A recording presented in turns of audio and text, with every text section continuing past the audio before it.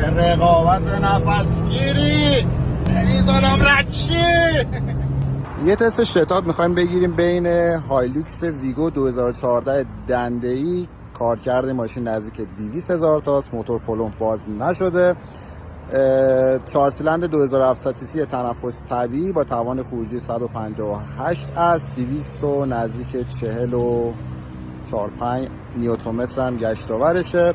جک T8 2000 رو داریم، توربو شارژ، توان خروجی 174 است، 290 نیوتنمتر گشت آور، 6 دنده جلو 5 دنده جلو. بریم ببینیم چه اتفاقی میفته.